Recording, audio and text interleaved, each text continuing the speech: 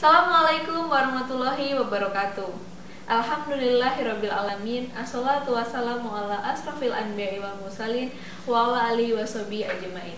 Asyhadu an la ilaha illallah wa asyhadu anna Muhammadar Rasulullah amma ba'du.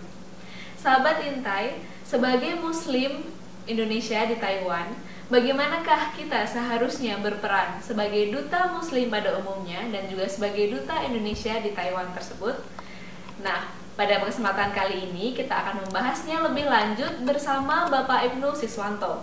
Beliau merupakan dosen otomotif di Universitas Negeri Yogyakarta. Selain itu, beliau merupakan Gubernur Formi Tengah dan juga saat ini sedang menjalankan studi S3 di National Yunlin University of Science and Technology Taiwan. Tentunya masih dalam acara Ceramah Ramadan bersama Kartu As 2-in-1.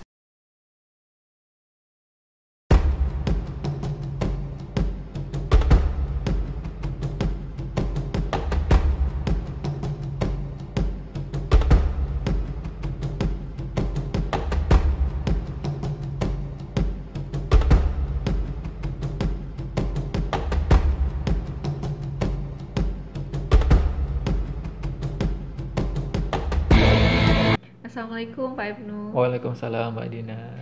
Bagaimana kabarnya hari ini Pak? Alhamdulillah baik Mbak. Alhamdulillah. Tema kita pada kesempatan kali ini yaitu peran kita sebagai Duta Muslim Indonesia di Taiwan ya Pak. Iya. Terkait dengan tema tersebut, bagaimana kita seharusnya bersikap sebagai seorang Muslim di negara Taiwan ini Pak? Yang kita tahu bahwa Taiwan merupakan negara minoritas Islam. Iya Mbak. Begini, saya pernah punya pengalaman sebagai seorang mahasiswa di Taiwan ini ketika saya mengikuti perkuliahan dan kemudian segala sesuatu yang saya lakukan itu kadangkala menimbulkan persepsi di mata guru saya atau teman saya orang Taiwan itu seperti itulah orang Indonesia pada umumnya gitu. Misalkan kalau kita datang terlambat kuliah gitu Mbak, maka teman-teman itu kemudian kadang-kala mengatakan atau punya persepsi bahwa semua orang Indonesia itu sukanya terlambat gitu. Atau kalau kita mengerjakan tugas kuliah dan hasilnya tidak bagus, pas-pasan gitu, maka image di dosen itu bahwa orang Indonesia itu kalau mengerjakan suatu tugas tidak maksimal atau ya sekedarnya saja gitu. Nah, makanya karena itu pada kesempatan kali ini ya saya ingin memberikan masukan kepada kita semuanya sebagai suatu orang Muslim dan juga sebagai warga negara Indonesia yang tinggal di Taiwan selama beberapa waktu ini. Kita harus berusaha menunjukkan bahwa kita memiliki ya sikap, perilaku yang bisa menunjukkan jati diri kita sebagai seorang Muslim maupun sebagai seorang warga negara Indonesia. Yang pertama ya Mbak, yang pertama itu mungkin masalah berpakaian ya. Kalau di Taiwan ini kan model pakaian itu berdasarkan musim Mbak. Yeah. Nah, kalau musim dingin itu orang Taiwan ini bisa lebih muslim daripada muslimah gitu, tertutup rapat gitu. Yeah.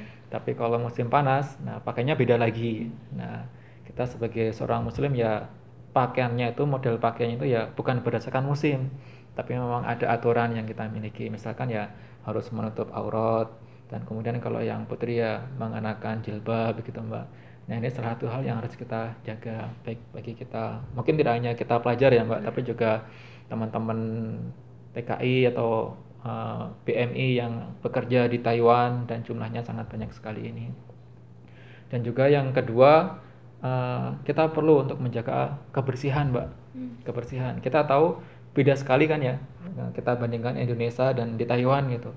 Taiwan itu kita susah menemukan tempat sampah. Ya, tetapi justru malah bersih, di mana-mana bersih gitu.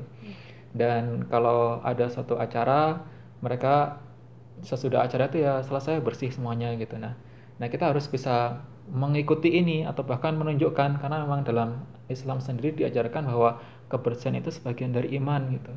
Nah, kita berusaha menunjukkan ya kalau melaksanakan suatu kegiatan setelah acara ya kita bersihkan tempatnya gitu ya. Nah, ini yang perlu kita lakukan, menjaga kebersihan. Dan harapannya nanti ketika pulang ke Indonesia ya ini juga bisa terbawa gitu Mbak. Jangan hanya selama di sini. Kemudian juga menjaga akhlak dalam makan dan minum. Nah, seperti yang kita alami sendiri gitu ya, di Taiwan ini, kalau ingin mendapatkan minuman keras gitu amat sangat mudah sekali gitu, berbeda dengan di Indonesia gitu Mbak. Bahkan saya pernah punya teman kuliah gitu ya, satu ditawari gitu, mau nggak minum bir Taiwan gitu, ini made in ibu saya, enak sekali katanya gitu, enak sekali. Dan kemudian saya menjawab, waduh saya nggak boleh minum bir ya. Dan kemudian teman saya itu, loh kenapa, kan ini enak gitu ya, kenapa kok nggak boleh gitu loh. Nah, dan memang dalam Al-Quran sendiri itu Allah juga sudah menyatakan gitu ya, bahwa dalam minuman keras, khamar gitu ya, atau mungkin bir itu memang ada manfaatnya, ini dikatakan dalam surat Al-Baqarah ayat 219 gitu Mbak, yang di sana Allah berfirman, a'udzubillahi minasyaitonirrajim, yas'alunaka 'anil khamri wal maisir qul fihima ismun kabirun wa manafi'u linnas. Mereka bertanya kepadamu tentang khamar dan judi, katakanlah pada keduanya itu terdapat dosa besar dan beberapa manfaat bagi manusia. Jadi Allah sendiri sudah mengatakan bahwa dalam khamar, minuman keras itu ada manfaatnya juga bagi manusia gitu. Wa ismuhuma akbaru min naf'ihima, akan tetapi dosa yang ada pada keduanya itu lebih besar daripada manfaatnya, sehingga kita diminta untuk mengurangi, atau bukan mengurangi, dilarang, bahkan dilarang gitu ya. Kalau dulu awalnya tuh hanya diharapkan mengurangi gitu ya, tapi kemudian ayat itu kemudian ditegaskan lagi gitu ya, bahwa itu diharamkan dalam Islam gitu ya. Dan yang terakhir setelah tadi makan dan minum, yang perlu kita jaga itu adalah menjaga akhlak dalam pergaulan Mbak, dalam pergaulan.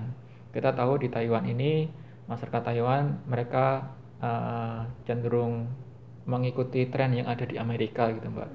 Jadi silakan kalian melakukan apapun selama tidak mengganggu orang lain.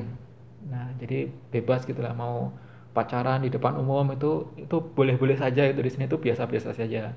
Nah, oleh karena itu ya bisakah kita menjaga diri kita supaya ya tetap menunjukkan perilaku kita, sikap kita sebagai seorang muslim dan juga sebagai bagian dari warga negara Indonesia. Nah, salah satu hal yang mungkin sering terjadi di Taiwan itu, kalau untuk para tenaga kerja itu Mbak, misalkan terjadi pernikahan antara sesama orang yang di Indonesia sebenarnya punya suami atau punya istri gitu, tetapi di sini menikah lagi ya, karena mereka 3 tahun tidak bisa pulang. Nah, kadangkala ini ada kasus-kasus seperti ini. Nah, sehingga kita harus berusaha menjaga supaya ya jangan sampai ini terjadi. Nanti taunya orang Islam itu, wah ternyata orang Islam itu juga kalau pergaulan ya sama saja gitu ya, boleh pacaran, nikah bebas gitu. Nanti malah mereka, saya kalau ketemu dosen itu paling bertanya, kamu muslim ya, istri kamu berapa? Nah, paling biasanya gitu Mbak, istrimu 4 ya kan gitu. Nah taunya mereka itu orang muslim itu istrinya 4 taunya gitu. Nah ini perlu kita perjelas dan juga kita tunjukkan dalam sikap kita sehari-hari gitu Mbak, supaya jangan sampai timbul persepsi yang salah di mata orang Taiwan itu kepada Islam maupun juga kepada bangsa Indonesia gitu Mbak. Telkomsel merupakan operator telekomunikasi terbaik di Indonesia. 55% masyarakat di Indonesia adalah pelanggan Telkomsel. 80% diantaranya merupakan pelanggan Kartu As. Kartu As kini telah hadir di beberapa negara Asia. Dan kini, Kartu As 2-in-1 juga siap melayani kamu di seluruh penjuru Taiwan. Nelpon putus-putus, basi deh. Dengan Kartu As 2-in-1, panggilan kamu akan terhubung dengan jaringan terkuat di Indonesia. Hanya Kartu As 2-in-1 yang bisa melakukan panggilan dari Taiwan dengan nomor tetap. Membuat kita selalu terhubung dengan orang-orang terdekat kita. Jadi, sekarang kamu dapat menikmati tarif nelpon lokal dengan kualitas internasional cukup dengan Rp3.500 selama 2 jam. Kartu As 2-in-1 melepas kangen, mendekatkan jarak. Kartu As 2-in-1 lebih dekat, lebih baik. Kemudian nih Pak, peran apa saja yang bisa kita lakukan sebagai Muslim Indonesia dan sebagai warga Indonesia di Taiwan? Nah, ini yang menarik Mbak. 3 tahun yang lalu ya Mbak, saya tuh pernah mendapatkan selebaran gitu ya, selebaran tentang kita diminta untuk menyumbang pembangunan masjid di Taiwan gitu. Dan setelah saya membaca kisahnya itu luar biasa sekali gitu ya, tentang pembangunan Masjid At-Taqwa. Ya, Masjid At-Taqwa ini berada di daerah Taoyuan, Pak. Daerah Taoyuan. Dan ini merupakan masjid yang berdiri di Taiwan, diprakarsai oleh seorang bernama Bapak Muhammad Yasin. Beliau orang Taiwan yang kemudian menikah dengan seorang warga negara Indonesia, Bu Hasanah gitu. Dan beliau berdua ini berjuang untuk mendirikan sebuah masjid yang biaya pembangunan awalnya itu pada itu butuh kurang lebih 9 juta NT dolar, Mbak. Kan luar biasa besar sekali ini angkanya gitu ya. Dan mereka harus ya berhutang, dan perjuangannya luar biasa sekali gitu. Dan alhamdulillah saat ini sudah berdiri sebuah masjid yang bisa dipergunakan untuk kegiatan-kegiatan warga negara Indonesia di Taiwan. Nah, ini mungkin salah satu peran besar yang kalau memungkinkan bisa kita lakukan selama tinggal di Taiwan gitu ya. Berpartisipasi dalam melaksanakan syiar-syiar keislaman di Taiwan. Salah satunya tadi dengan berpartisipasi mungkin membangun masjid kalau mungkin ya, Mbak. Saat ini kan baru ada 7 di Taiwan gitu. Nah, mungkin nggak kalau misalkan kita banyak gitu ya, di setiap kota itu nanti harapannya ada masjid-masjid mungkin misalnya begitu ya. Dan kemudian kalau peran kayak itu kan besar gitu ya, mungkin ada peran-peran lain yang lebih kecil yang bisa kita lakukan, Mbak. Misalkan ya, kita kan kesulitan mendapatkan makanan ya, mungkin saya lihat ada beberapa orang Indonesia itu yang berinisiatif membuka warung Indonesia, menyediakan makanan halal gitu ya. Nah, peran-peran ini kan sederhana gitu ya. Nggak mungkin kalau di Indonesia tuh kelihatannya sepele gitu ya. Tapi di sini kan manfaatnya tuh luar biasa sekali gitu. Membantu banyak orang Indonesia yang tinggal di Taiwan gitu. Kayaknya kita kalau menemukan makanan Indonesia itu kan rasanya tuh enak banget lah kira-kira gitu ya, Mbak. Sehingga ya ini mungkin peran lain yang mungkin bisa dilakukan oleh warga negara Indonesia yang ada di sini gitu ya. Kemudian kita juga bisa turut terlibat dalam kegiatan-kegiatan syiar yang dilaksanakan oleh berbagai perkumpulan Indonesia yang ada di Taiwan. Misalkan kegiatannya apa? Misalkan ada tablik akbar. Nah, tablik akbar ini kebetulan di Taiwan ini kan ada namanya Keluarga Muslim Indonesia Taiwan, KMIT gitu, Pak. Nah, di KMIT itu mereka punya beberapa organisasi cabang di bawahnya yang ada di setiap wilayah. Misalkan di Taipei ada juga sendiri, di Taichung itu ada sendiri, di Tokyo ada sendiri, di Jaya ada sendiri, di Tainan, di Kaohsiung ada sendiri gitu. Nah, setiap meet ini ya, Muslim Indonesia di Taiwan ini biasanya mendapatkan jatah untuk mengadakan kegiatan tablik akbar itu 1 bulan sekali. Nah, 1 bulan 1 kali dalam 1 tahun. Misalkan kalau kita di Tokyo ini kan jatahnya setiap bulan Oktober gitu ya, Mbak, diberikan jatah untuk mengadakan tablik akbar, dan nanti seluruh warga Indonesia di Taiwan itu akan diundang untuk menghadiri, sehingga kadangkala bulan ini kita rame-rame datang ke Taipei ikut tablik akbar di sana. Oh, bulan depan kita rame-rame datang ke Taichung ikut tablik akbar di sana. Nah, ini bisa kita ikuti, Mbak, sebagai salah satu bentuk syiar kita, peran kita untuk ikut kegiatan syiar kegiatan Islam. Kemudian sebagai mahasiswa mungkin kita juga biasanya kan setiap kampus kita kadang ada Indonesia Culture Day ya, Mbak. Ya, Indonesia Culture Day. Di sana kita bisa menunjukkan kekayaan, keberagaman yang kita miliki sebagai warga Indonesia maupun sebagai seorang Muslim. Kita tunjukkan ya nilai-nilai lebih apa yang dimiliki oleh bangsa Indonesia, sehingga kita bisa menunjukkan nilai positif atau memberikan persepsi yang positif gitu ya kepada orang-orang Taiwan, bahwa oh, Islam itu ya baik, ya ramah, ya mereka itu tidak seperti persepsi yang kadang muncul di media itu kan, suka main bom, suka bunuh orang lain gitu ya misalkan gitu ya. Nah, itu yang perlu kita lakukan. Juga di sini juga ada kajian online gitu ya, setahu saya. Biasanya setiap grup-grup itu mereka memiliki kegiatan kajian online rutin gitu, menggunakan media Skype atau menggunakan media radio ataupun menggunakan media yang lainnya. Nah, ini bisa kita lakukan juga sebagai suatu peran serta kita gitu ya, peran kita sebagai seorang Muslim di Taiwan. Ya, tadi saya kembalikan bahwa ya keberadaan kita di Taiwan ini sesungguhnya juga menunjukkan atau mewakili jati diri kita sebagai warga negara Indonesia maupun sebagai Muslim pada umumnya. Dan apa yang kita lakukan selama berada di Taiwan ini bisa jadi akan menunjukkan apakah orang Taiwan ini akan respect atau hormat kepada kita ataukah tidak. Kalau kita bisa bersikap baik, kita bisa bersikap ramah, kita bisa menunjukkan akhlak yang baik, saya yakin orang Taiwan juga akan lebih hormat lagi, respect lagi, menghormati lagi gitu ya, tertarik lagi, kita simpatik lagi kepada kita sebagai warga negara Indonesia maupun sebagai seorang Muslim gitu. Baik Pak, dari tadi yang kita peran sebagai duta Muslim, mulai dari peran kemudian cara bersikap, kira-kira apa nih Pak? Mungkin sebelum kita menuju ke penutup, ada yang ingin disampaikan buat kami, baik para pelajar maupun para pekerja yang lagi berada di Taiwan saat ini Pak?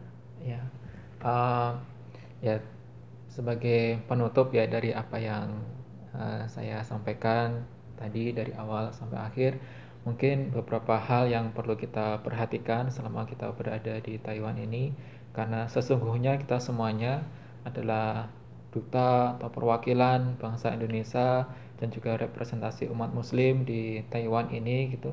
Maka yakinlah gitu ya, supaya kita semuanya kan tidak mudah ya hidup di Taiwan itu ya Mbak.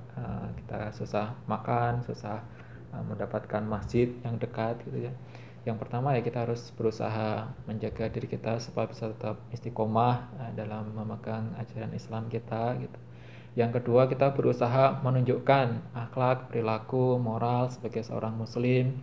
Kita bisa menjaga kebersihan, kita bisa menjaga pergaulan, kita bisa menjaga akhlak, makan dan minum kita.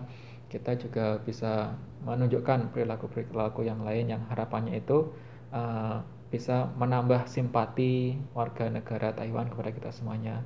Syukur-syukur gitu Mbak, karena dakwah itu kan tidak hanya dengan ucapan, tidak hanya dengan tulisan, tapi dakwah itu akan lebih bagus lagi jika dilakukan dengan bilhal gitu ya, dengan perbuatan gitu ya, dengan perbuatan.